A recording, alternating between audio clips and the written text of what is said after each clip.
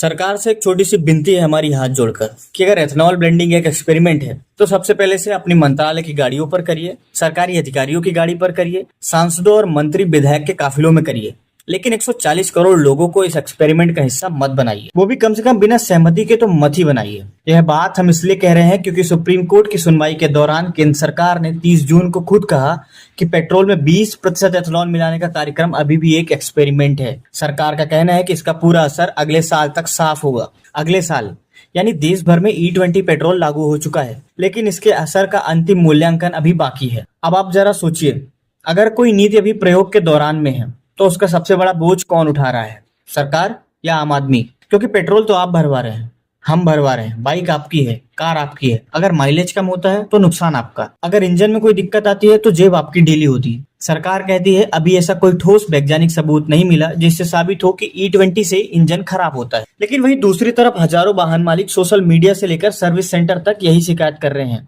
कि माइलेज घट गया है, गाड़ी पहले जैसी नहीं चल रही है। और यही सबसे बड़ा सवाल है। और अगर सब कुछ इतना साफ है तो सरकार खुद इसे एक्सपेरिमेंट क्यों कहती है, वो भी सुप्रीम कोर्ट में कह रही है? क्या है पूरा मामला, बताएंगे आपको इस वीडियो में। नमस्कार, सबसे पहले जानिए सुप्रीम कोर्ट में आखिर क्या था मामला। सुप्रीम कोर्ट में सुनवाई इस बात पर नहीं हो रही थी कि E20 सही है या गलत। मामला एथेनॉल की सप्लाई और उसके आवंटन का था। लेकिन सुनवाई के दौरान सरकार ने जो बयान दिया उसने पूरे देश में नई बहस छेड़ दी। पूरा विवाद कर्नाटक की एक डिस्टिलरी से चालू हुआ। हर साल इंडियन ऑयल, भारत पेट्रोलियम और हिंदुस्तान पेट्रोलियम जैसी सरकारी कंपनियां एथेनॉल खरीदने के लिए टेंडर निकालती हैं। अलग अलग डिस्टिलरी इसमें हिस्सा लेते हैं और सरकार की नीति के मुताबिक उन्हें एथेनॉल सप्लाई करने का कोटा मिलता है। 25-26 के सप्लाई वर्ष में कर्नाटक की V distilleries and sugar private limited ने दावा किया कि उसे जितना सप्लाई करने का मौका मिलना चाहिए था उतना नहीं मिला।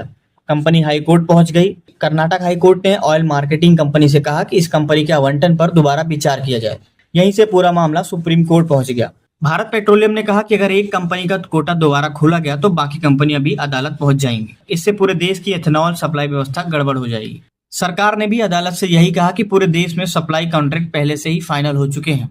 इसी दौरान केंद्र सरकार की ओर से पेश अटॉर्नी जनरल आर वेंकटरमणी ने अदालत से कहा कि सरकार अभी 20% एथेनॉल ब्लेंडिंग के साथ एक्सपेरिमेंट कर रही है और अगले साल तक उसका परिणाम ज्यादा स्पष्ट हो जाएगा। बस इसी एक बयान पर पूरे देश में चर्चा शुरू हो गई। अब सरकार का पक्ष भी समझ लेते हैं। सरकार कहती है कि एथेनॉल ब्लेंडिंग से कच्चे तेल का आयात कम होगा, विदेशी मुद्रा बचेगी, किसानों की आय बढ़ेगी, कार्बन उत्सर्जन घटेगा और भारत ऊर्जा के मामले में ज्यादा आत्मनिर्भर बनेगा।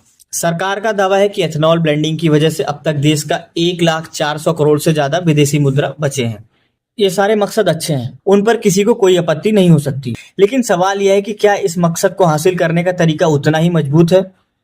फिलहाल तो ऐसा बिल्कुल होता नहीं दिख रहा है। देश में 1 अप्रैल को E20 पेट्रोल लागू हो चुका है। सरकार ने 20% ब्लेंडिंग का लक्ष्य समय से पहले हासिल कर लिया। अब लक्ष्य 2030 तक 30% ब्लेंडिंग का है। दूसरी तरफ केंद्रीय मंत्री नितिन गडकरी E100 यानी 100% एथेनॉल की बात भी कर चुके हैं। यानी जिस नीति को सरकार खुद सुप्रीम कोर्ट में अभी एक्सपेरिमेंट बता रही है उसी को और आगे बढ़ाने की तैयारी भी चल रही है। मगर इसे लेकर शिकायतों की भी एक लंबी लिस्ट है। सबसे बड़ी शिकायत है माइलेज की। आए दिन मीडिया रिपोर्ट्स में देश भर के लोग कह रहे हैं कि E20 आने के बाद उनकी गाड़ी पहले जितना माइलेज नहीं दे रही है। कई लोग 10 से 15% की गिरावट का दावा भी कर रहे हैं, लेकिन सरकार इससे सहमत नहीं है। पेट्रोलियम मंत्रालय का कहना है कि 4 पहियों वाहनों में लगभग 2% और 2 पहियों वाहनों में 3 से 4% का असर हो सकता है। यानी सरकार और उपभोक्ताओं के दावे में एक बड़ा अंतर दिखाई दे रहा है। ऐसे में सवाल यह उठता है कि अगर लाखों लोग एक जैसी शिकायत कर रहे हैं तो उनकी बात की स्वतंत्र जांच क्यों नहीं करवाई जाती? दूसरी शिकायत इंजन को लेकर है। जानकार बताते हैं कि एथेनॉल पेट्रोल की तुलना में ज्यादा पानी खींचता है। इसी वजह से पुराने इंजन में जंग लगने, फ्यूल पाइप, इंजेक्टर, रबर और दूसरे पुर्जों पर भी असर पड़ने की आशंका जताई जाती है। सरकार कहती है कि E20 से इंजन खराब होने का कोई ठोस वैज्ञानिक प्रमाण अभी मौजूद नहीं है। लेकिन सवाल यह भी है कि अगर कोई खतरा नहीं है तो वाहन कंपनियों को अलग से E20 कंपैटिबल इंजन बनाने की जरूरत क्यों पड़ रही है? तीसरी शिकायत गाड़ी के परफॉर्मेंस को लेकर है।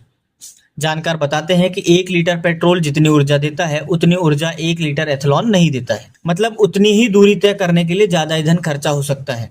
एक्सपर्ट का कहना है कि E10 तक कोई फर्क ज्यादा महसूस नहीं होता, लेकिन E20 के बाद असर बढ़ सकता है और सरकार E25, 30 या आगे चलकर 100 जाती है तो असर उन गाड़ियों पर भी ज्यादा दिखाई देगा जो इसके लिए बनी नहीं है। चौथी शिकायत ठंड मौसम को लेकर है। जानकार बताते हैं कि ज्यादा एथेनॉल वाले ईंधन पर सामान्य पेट्रोल इंजन सर्दियों की सुबह स्टार्ट होने में ज्यादा समय ले सकते हैं। यानी कोल्ड स्टार्ट की समस्या बढ़ सकती है।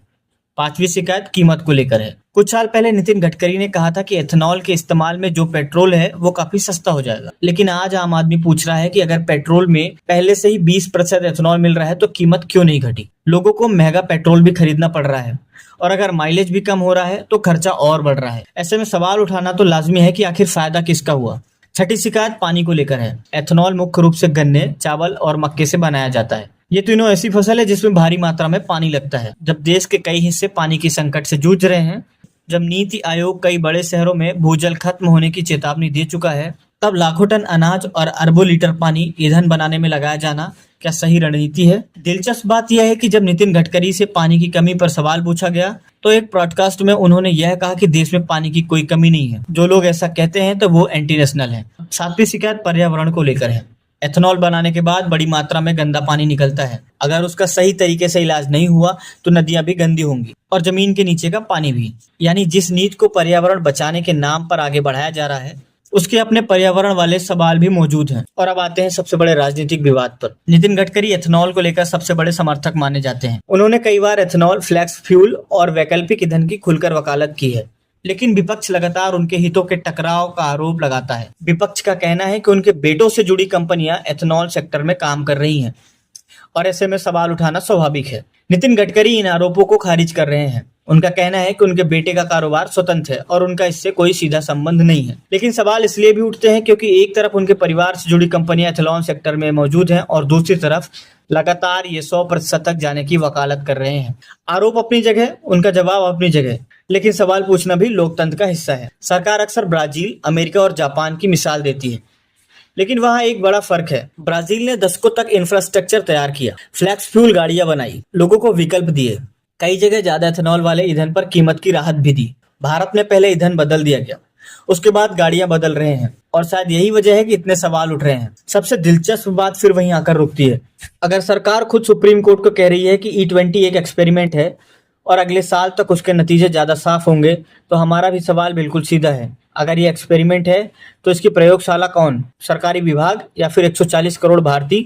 अगर यह प्रयोग सफल होता है तो सबसे ज्यादा खुशी जाहिर सी बात है देश को होगी, हम सबको होगी। लेकिन अगर इसमें कोई बड़ी कमी निकलती है तो उसका नुकसान कौन उठाएगा? सरकार या वो आम आदमी जिससे बिना कोई विकल्प दिए, जिससे पूछा भी नहीं गया, वही पेट्रोल अपनी गाड़ी में वो भरवाता रहा। इसलिए मांग बहुत छोटी है। अगर कोई नई नीति लागू की भी जा रही है तो उसके पहले फायदे नुकसान दोनों पारदर्शी तरीके से जनता के सामने रखे जाने चाहिए। स्वतंत्र वैज्ञानिक अध्ययन सार्वजनिक करे जाने चाहिए। उपभोक्ताओं की शिकायत की निष्पक्ष जांच करवानी जानी चाहिए। और सबसे जरूरी बात, अगर सरकार इसे एक्सपेरिमेंट मान रही है तो देश की जनता को यह भी जानने का पूरा अधिकार है कि इस प्रयोग की कीमत आखिर कौन चुका रहा है। उम्मीद है जवाब आएगा। इंतजार में हम बैठे हैं, आप भी जरूर इंतजार करिए। बाकी आपका क्या ख्याल है इस एक्सपेरिमेंट इथेनॉल पॉलिसी में? इन सभी चीज के बारे में कमेंट बॉक्स में लिखकर जरूर बताइए।